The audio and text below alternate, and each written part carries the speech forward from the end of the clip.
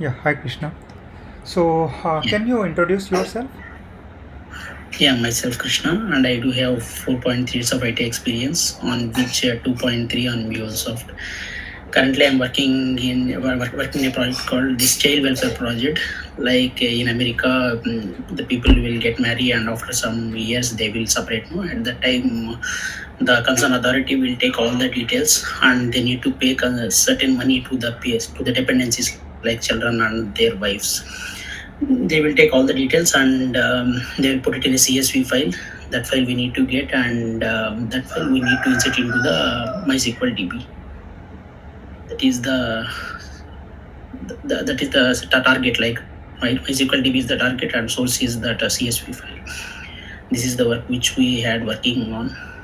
So, as you mentioned, like that was one API. So, that was doing data transfer from front end to database. So, what was your Yes. overall project? Like, what was that project? And Yeah, like that person need to pay the amount, certain amount every month based on his income. That we need to get all the details from him, and we need to insert into the MySQL DB. There is some another API is there which was already developed.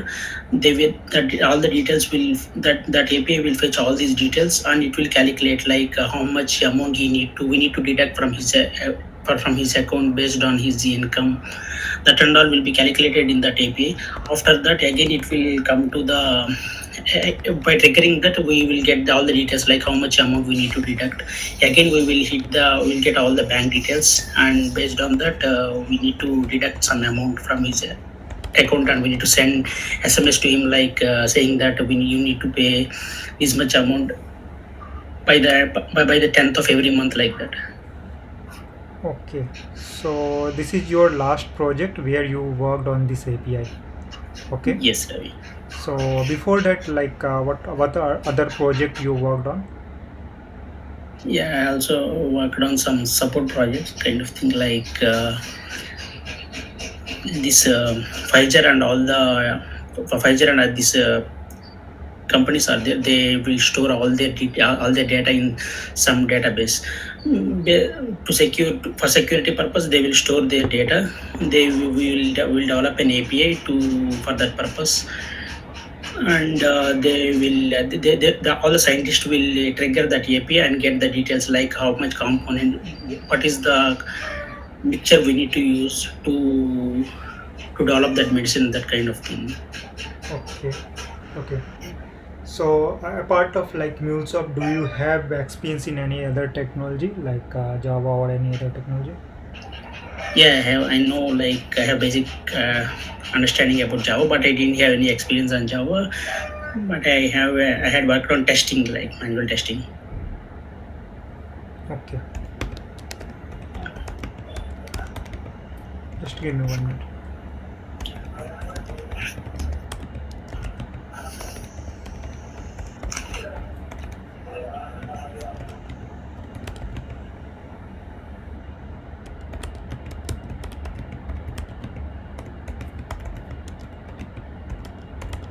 Okay, so in your recent project, what other target system you used? Like there should be some source and target system. So what other Yeah, target system were there apart of this database? yeah, MySQL DB, and in some cases we also inserted into Salesforce and DynamoDB. Okay, so what operation in Salesforce you used, and what Yeah, kind like of data it was storing? yeah, we had used different types of connectors in Salesforce, like upset, sell, like create, kind of things, and yeah, in some cases we also use DynamoDB connectors to insert some data into the this DynamoDB, like AWS. Okay, and what kind of like means data you were inserting in Salesforce? What kind of data means? I didn't get you, Data Ravi. Could you data please? data was related with customer, or data was related with transaction, or data was, as you mentioned, like you had some transaction and all. So what kind Yeah. of data you were storing in that Salesforce? It's In a Salesforce, we are inserting the transaction data, like how much amount he had paid in this month, and how much amount he need to pay in the next month, kind of. that all data will be stored in Salesforce. Okay, okay, fine. Okay, so have you used DataWeave? Like, have you worked on DataWeave? Yes, Okay, so which version of DataWeave you are using right now? it's 2.0. 2.0. Okay. So Yeah, in DataWeave, how we can find current date and time? by using now function. Okay. So what will return? Now function will return what kind of, like, what exactly it will return? Yeah, it like date and current time. Date and time. Okay. So by default, what kind of time zone it will give? I'm not clear about that, but I think it will get universal time zone like UTC. Yeah, correct. Okay. So now if I want to convert, so by default it's giving UTC, but I want to store time in some other country format, like maybe it's India or some other country format, like it's New Zealand. So how you will convert that time zone from UTC to other time zone? Yeah, we can convert like by giving that a time zone. After no function, we can give the time zone like which time zone we need to give. Okay, okay. So is there will be any proper syntax? Yeah, Okay. can I send through in chat like? Yeah, should be fine. Okay. Yeah. Yeah. Okay, fine. So now, so in DataWeave, have you worked on like map and map object function? Yes, I had used those functions as well. Okay. So what map function and map object function do? Yeah, map will iterate over an array and output as a new array.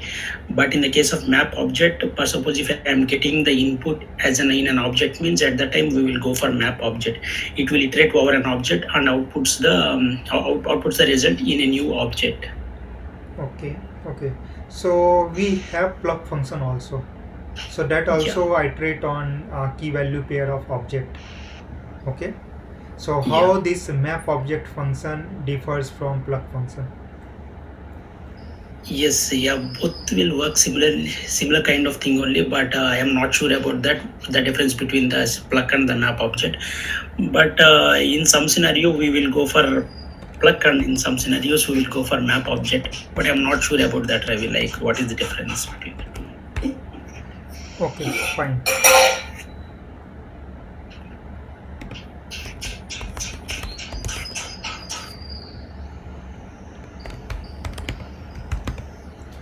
Okay, fine.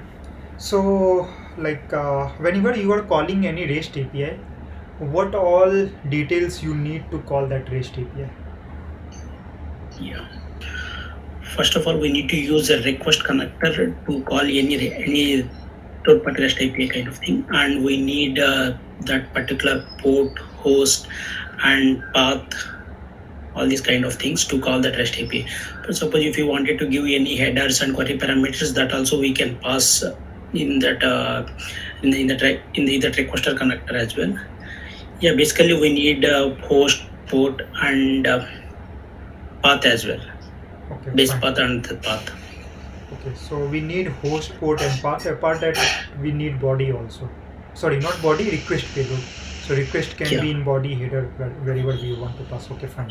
Now, in path, what all detail it contains? Like path will contain what all details? Yeah, like path in sense, like if there are multiple endpoints are there means we can, if I wanted to call any particular endpoint, in that case we will you give that path. Like for suppose if in that API there are multiple methods are there, like get method, post method, and put method. But I wanted to the get method with respect to the employees. I will give the method as get, and I will give that in the path I will give that employees. That endpoint, we call that endpoint by giving that path name. Okay. Okay, so like if I want to pass some URI parameter, so where exactly I will pass URI parameter? I will pass inside request payload, or where exactly I will pass? There is a column under that URL, like body, header, and all the kind of thing will be there. If I click on that URI parameter, there will be a key and a value will be. We need to click on plus symbol, there we will get some key and value icons. There we can give that URI parameter key and the respective value. Okay, pass that URI part you parameter. mentioned, like how we can configure when we are calling REST API, how we can configure URI parameter. But in path, like path will contain URI parameter, or we will pass URI parameter in some other format, or in some other place. Yeah, at the time I'm passing the URI parameter, I had passed it like this, like in the under the URL there will be some all these headers, query parameters, and URI columns will be there. If we click on URI parameter, we will get a key and the value icons. There we can give the respective key and the value. Like that, I have passed. Yeah, fine. That part I'm okay. Like you mentioned, like when you will configure requested, at that time in URI parameter you need to provide key value, but somewhere you need to pass that key. So when you will call that API, that key will take corresponding value. Okay. So I just Okay. want to know that should be part of our path, or that will be part of some request body or header. It should be part of the path, like. Yeah. Okay. Okay, fine. So can you tell me difference between query parameter and URI parameter? Yeah, query parameter is used to sort out the data. Like, for suppose if I have a table in MySQL DB, I wanted to fetch the data of particular customer ID. Mean, like, if I wanted to fetch the customer ID 9 means, at that time we will go for query parameter. In the case of URI parameter, if I wanted to call the resource, that particular resource, the table means, I will go for URI parameter. Okay. So yeah, your answer is fine, but what exactly we pass in URI parameter? So query parameter I can understand, like whenever we want some filter condition, we will pass in query parameter. Okay. Yeah. But in which case, like, so whatever you are passing in URI parameter, we can pass in query parameter also. So what is exactly difference? So we will able to identify we should pass this thing in URI parameter, or we should pass this thing in query parameter. Yeah, the table name we need to pass in URI parameter, and the particular ID we need to pass in query parameter. Okay. First of all, we will get, by passing the table name in the URI parameter, we will get all the details. And I don't want all the details in that scenario. I will also pass the query parameter based on that ID, so that I will get only that particular ID details. Okay. Okay. Fine. Okay. So can you define RAML? Yeah, Ravi. RAML is the full form of RESTful API modeling language, and by any while designing any any API, first we will write the RAML, and it will also useful for the documentation purpose. And by writing RAML, we can also decrease the time, like in the sense, after getting the requirement, we will get all the details, like which and all are the methods we need to create, and what type of body we need to create. Is it XML or JSON kind of thing? We will create all the RAML files, and we will put it, and we will publish it into the Exchange.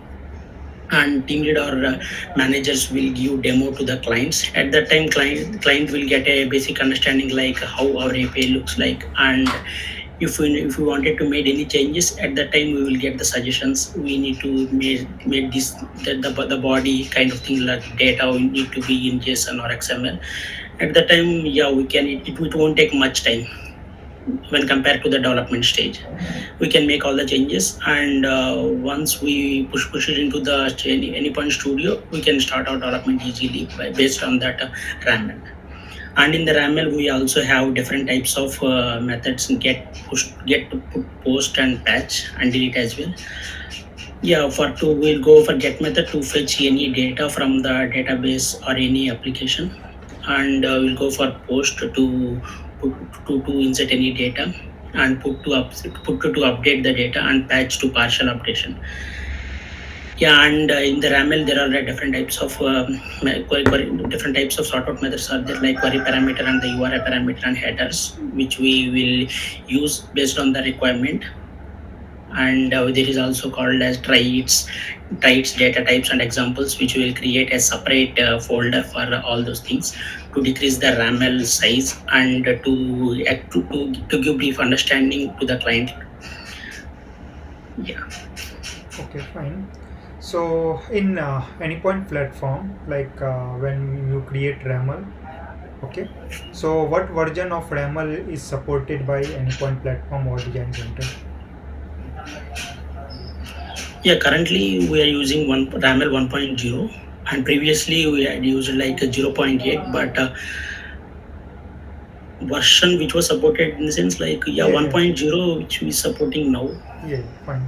And do you know like what is latest version of RAML is available in market? Yeah, as per my knowledge, it was 1.0. 1.0 is supported by Endpoint platform or you can say MuleSoft.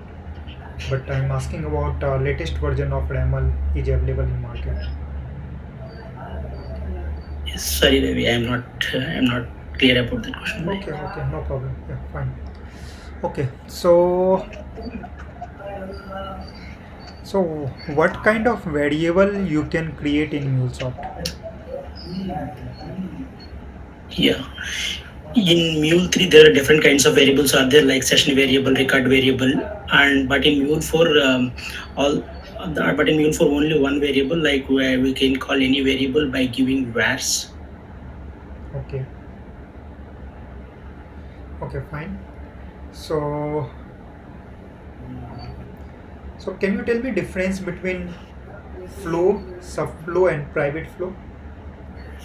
Yeah, flow is a kind of like if we need to call it as a flow, it needs to be in the source section. It need to be any component like listener or scheduler, and private flow there will be there need to be a source section, but we are not supposed to put any connector or component over there to call it as a private flow. And private flow respect to error handling block. When it comes to subflow won't have source error handling block. Okay, so you Basic mean to say difference subflow between contain that. error handling? No, subflow won't contain error handling. But just now you mentioned subflow will have their error handling block. So what does it mean? No, no, I think I had confused about that. Subflow won't have error handling block, and it also won't have that source block. Okay, okay, fine. So in RAML, like whenever we create RAML, so I want to create some reusable component. So where exactly I can create reusable component? Yeah, at that time we can go for fragments. We can create a fragment. Inside the fragment we can create any type of thing like tries or data type or resource type, and we can fetch that particular raml into our raml file, and we can reuse it in any number of raml files. Okay, okay. And what is traits? You mentioned like we can create traits inside fragment. So Yeah. what is trait here? Yeah, trait is a reusable component. Like, for suppose if I am using same response codes again and again in different APIs, at that time we will store all the response data and this error data in that fragments, and we can call that particular trait in all the APIs. Okay, okay, fine. So you know like how we can convert string to array using data view. Yeah, Ravi. Okay, so how we can do that? String We we have can a come. string, okay, and I want to convert into array. So let's say like we have a string comma separated value, Okay. okay. So I want to convert that comma separated string into array. So how we can do that?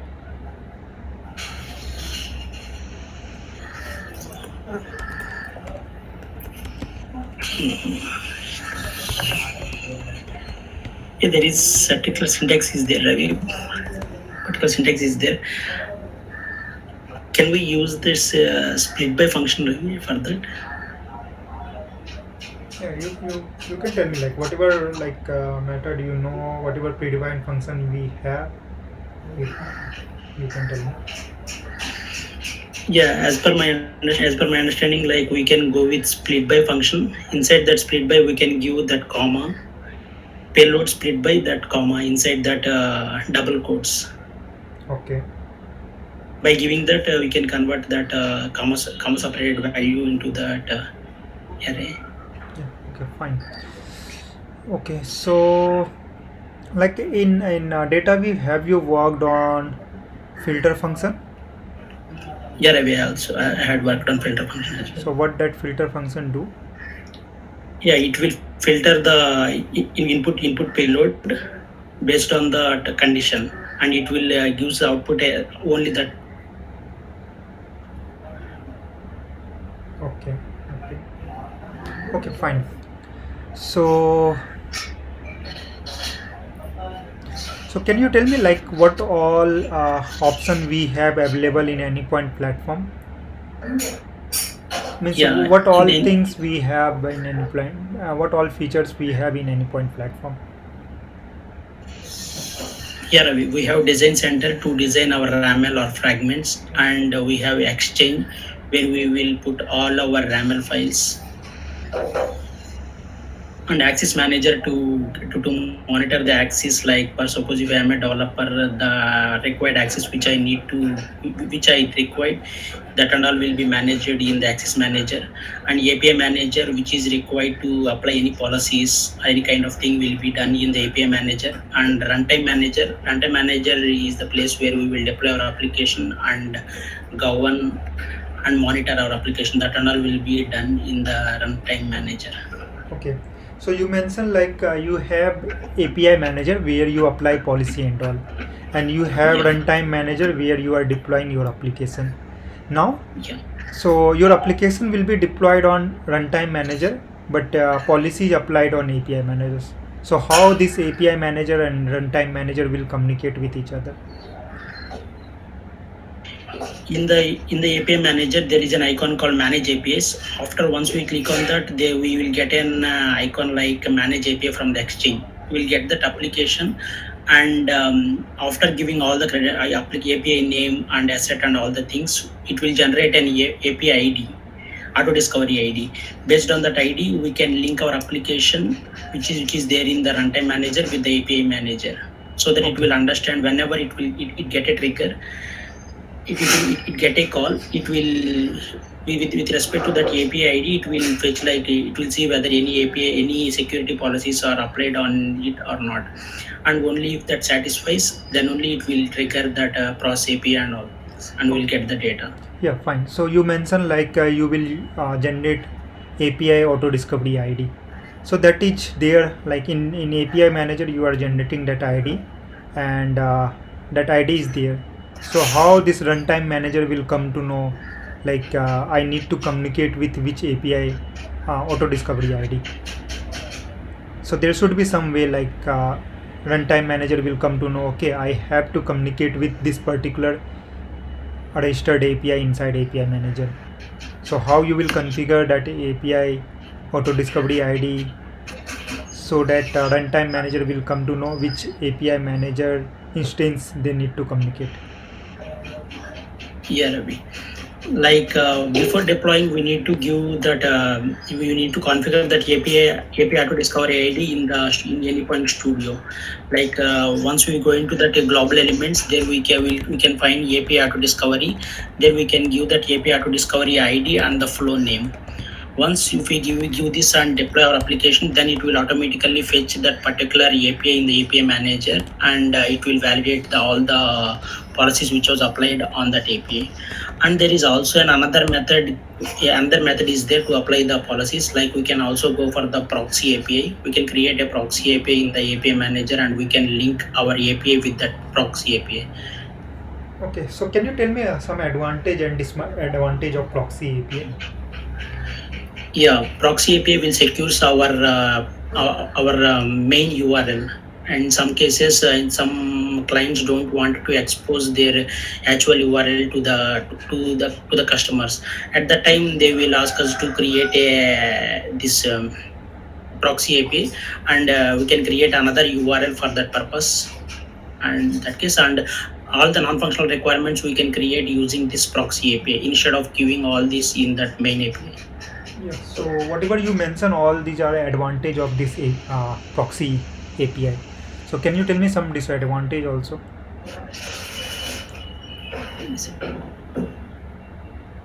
I think there are no disadvantages by creating this proxy API as per my understanding. Okay. Okay, fine. Okay, fine. So, so in your project, like how you are following this API development life cycle? What all stages are there? Yeah, first is design stage. First of all, we are following the API-led connectivity approach for all the APIs which we are developing. In that, first we will design our RAML file, which is the design stage, and after that we will push it into the exchange. After getting approval from our team leads, we will push it into the Anypoint Studio, and we will start implementation and development. Our developing it, we will write an MUnit testing test case to test all the scenarios, like all the positive and negative scenarios. Yeah, after that, after getting the approvals from the team lead and the managers, we will push it into the QA, where all the test scenarios will be tested in there, and after that we will push it into the SAT and UAT. After that, production. Okay. Okay, fine. So now, like whenever you completed your development, so where exactly you are placing your code? So you are doing direct manual deployment, or what all steps you are following? Yeah, as of now, we are following manual deployment only. Okay, but you know like what is our uh, this repository and all, like what is our repository, then what is CI/CD? You know that, all those things. Yeah, Ravi, we are using GitHub. GitHub as our central repository, and yeah, I have done couple of POCs on CI/CD pipeline, like how it will works and how the code will deploy into the Cloud Hub by giving the certain commands and all things. Yeah. Okay. Yeah. Okay. Fine. So what particular technology you are using for CI/CD? Yeah, as for my POC purpose, I had used Jenkins for the CI/CD. Like Okay. CI, that Jenkins acts as a barrier in between my repo and that Cloud Hub. Based on the commands, it will fetch the updated code from my repo, and it will deploy into the any this runtime manager. Okay. Fine. So as you mentioned, like you have worked on Salesforce connector, then database connector, and HTTP connector. Apart of that, any other connector you have worked, or these three connector only you use? Yeah, I also worked on DynamoDB connectors. Okay, okay, fine. So in HTTP requester connector, okay, if Okay. due to some reason my API is not available, okay, so Okay. instead of making one single call, I want to retry sometime. So what kind of property we need to configure, and how you will configure? Sorry, Ravi, I'm not clear about the question. Could you please come again? So what I'm saying, like in HTTP requester, for example, I am calling some API, okay, and when I Okay. made request at that time, that particular API was down, okay. Okay. So like, but I like without that response, I will not able to proceed further. So I want to retry for some time. For example, I means I call that API. If it is down, then I will retry again. So what kind of configuration we need to do? Okay. So in Okay. our HTTP requester, and what kind of value it supports. Okay. Like we can use until success. Until success, inside that until success, we can put this requester connector as there. By giving the until success, there we can see maximum tries and the time period between the retries. By giving that, it will retry based on the maximum tries which we had given in that case. Go for this until success, Ravi. So you mean to say you will try until successful? So maybe like your resource will be busy there, and that API is down for 1 hour. and you are getting 100 requests, so 100 requests will keep retrying that API. So is this good approach? Like, what do you think? Is this good approach to retry until successful? Yeah, it's not a good approach, but we can, there is in the request connector itself there is a block called responses. There we can give the response timeout. At the timeout section, we can give some particular time. Until that time, it will retry to fetch the data. If we didn't get the data, That is means your yeah, connection timeout. That is not your retry timeout. That is your connection timeout. If you will not get response within that particular time, your API will close that connection. But if you configure retry until successful, then it will again open one connection and it will try to call that API. yeah. Yeah, Ravi, like it will take a lot of time. It's not a good approach, but if we wanted to get the data at any cost, we can go for this until success. Any other option we have there?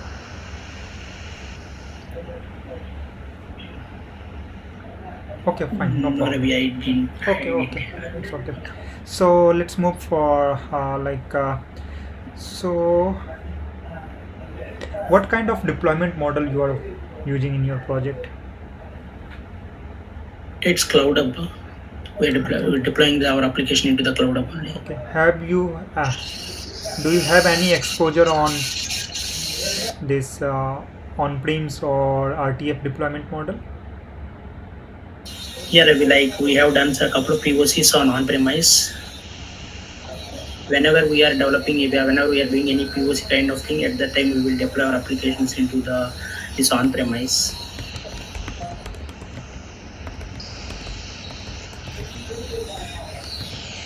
Okay, fine.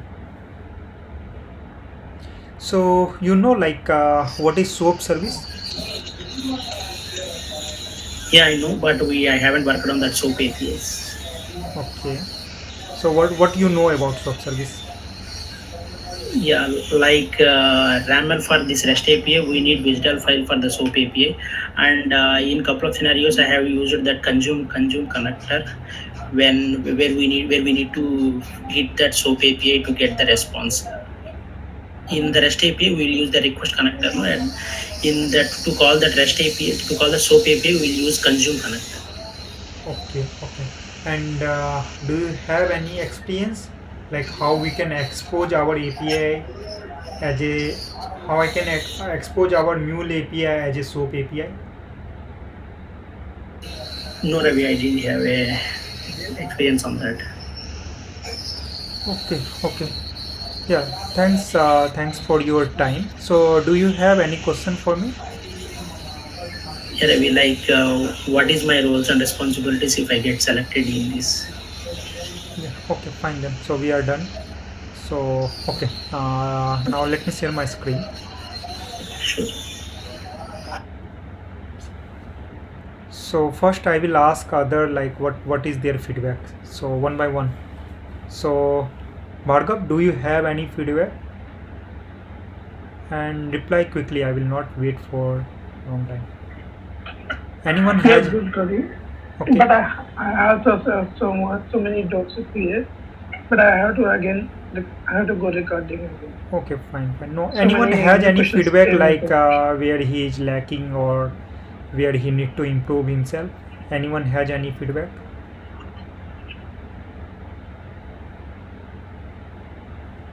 No one. Okay, first thing, like Krishna, you should not mention POC. You mention multiple time. Okay, I did POC. You say like this. Okay, I worked on that particular thing, but I don't have much exposure. Okay, if you are mentioning POC, means you haven't worked on real time. Company always looks for real time. No matter you worked a bit or you explore too much, but they will look for your real time experience. Why they will go with POC? Like, we do only 10% of thing what we do actual implementation. Okay, so whatever you are mentioning, just mention I have a very little bit exposure. I worked on this particular component, but not much. Okay, instead of mentioning this POC thing. Is it clear? Okay, Ravi. Okay. So it will create like everything you did POC, then what is your real-time experience? Many places you mention I did POC. So what is your real-time experience? Then I will have some doubt. Okay. Yeah, Ravi.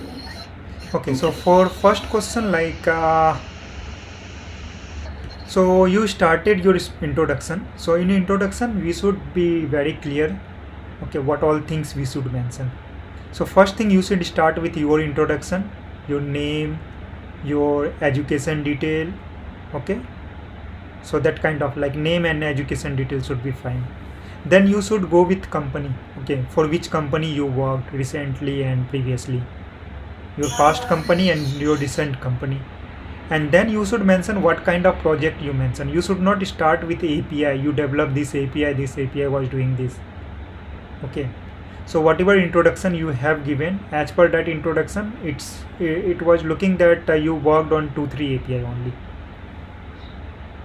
When they will ask what difficult API, what challenging part you work, then you should start explaining API. Or when they will ask what recently API you developed, then you should mention API detail.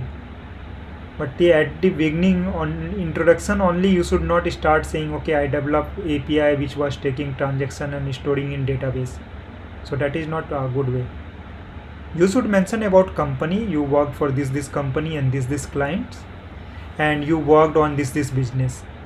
For example, you worked for some banking project. Okay, for this particular, like you were working with XYZ company, and your client was this, and you worked on banking project where you worked on different modules, like you can say customer module, payment module, then other module you can say like loyalty module, or so whatever module you need to find out what all modules are there. So you worked on this module, you developed multiple API, you were part of that particular project from requirement gathering, then API development, then deployment, bug fixing, support. Okay, you should give very high level overview, you should not go for API level. Is this clear? Yes, Ravi. Okay, so for current date time, you used like whatever answer you did given, that was correct only. So for map and map object function, I hope my screen is visible. Yes, Ravi, I am able to see your screen. Okay, so for map and map object function, like the map, these two were correct, but plug function you haven't mentioned clearly. So plug function will give array as a output. So what is difference? Map object will take input as a object and will give output as a object. Plug function will do, it will take input as a object and it will give output as a array. So output of plug function will be array. That is the only difference between map object and plug function. Okay, and plug function will be asked very frequently, so you should know. Even like I have mentioned multiple times during our discussion.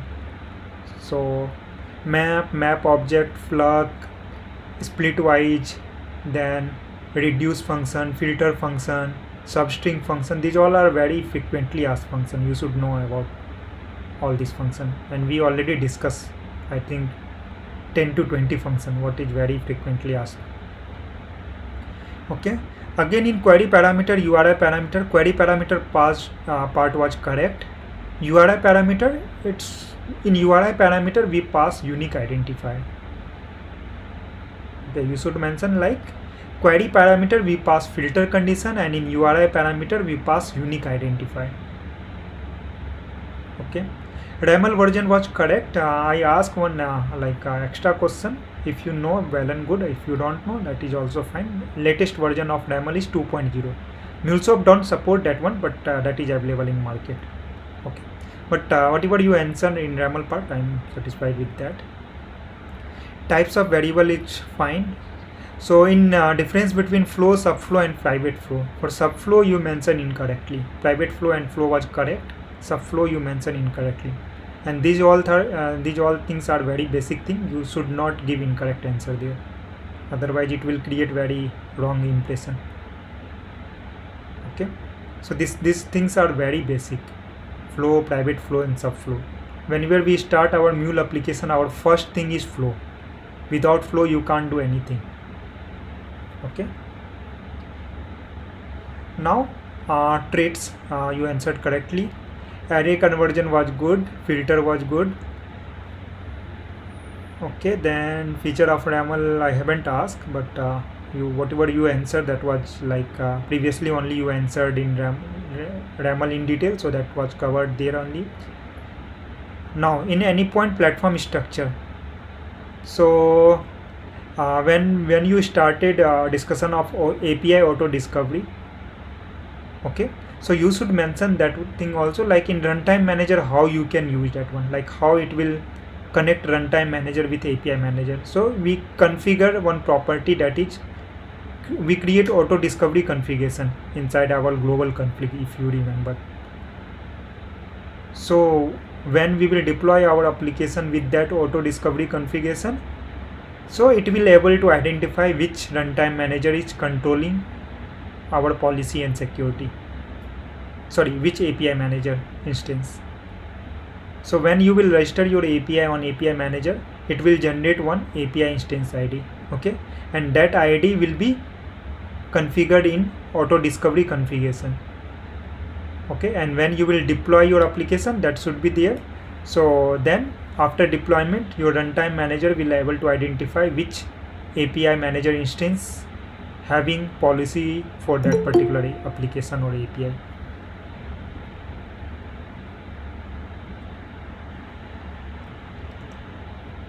Okay, then API design lifecycle was correct, CI/CD fine, RAML feature fine, lookup function I think I haven't asked, connection used. Okay, in connection part actually I ask you reconnection strategy. Actually first thing you should use proper technical term there, so that particular thing, like how we can make multiple time connection, that is reconnection strategy you need to define. And there are three kind of reconnection strategy are there: forever, none, and then standard one. So in standard one you can configure how many times you want to do reconnection, how many time you want to retry, and there you need to configure how many time to retry and what will be duration between each retry. Okay, if you will do retry for forever, then your all the resource, for example that target system is down, then all your resource will be consumed by that API only, so you will come in deadlock stage. Okay, only in very critical scenario we should use indefinite time. Okay, if your transaction is very critical and you can't go ahead and you can't leave your transaction in between, then we should use that property. But 90% cases we use this standard one. You have to configure how many time you want to retry and what will be interval. Okay, so next okay, POC part as I mentioned you should not mention. Yeah, other part was good only, like 70% you answered correctly, 30% was that you need to improve. Okay, in 30%, like 20% we already covered in our training. Okay, so you need to go through recorded video again and again, then you will come to know. 10% thing I ask which was new. Okay, Okay. yeah, okay, fine then. So we are done with one interview today. So for Soma actually we'll do tomorrow only better. Okay, so you will Yeah, get that's one day fine. time. Yeah, so prepare yourself. So tomorrow we'll do with you, and maybe if someone else will be interested, then tomorrow we'll take 2 interview. Okay. Yeah, okay, fine then. So we are done with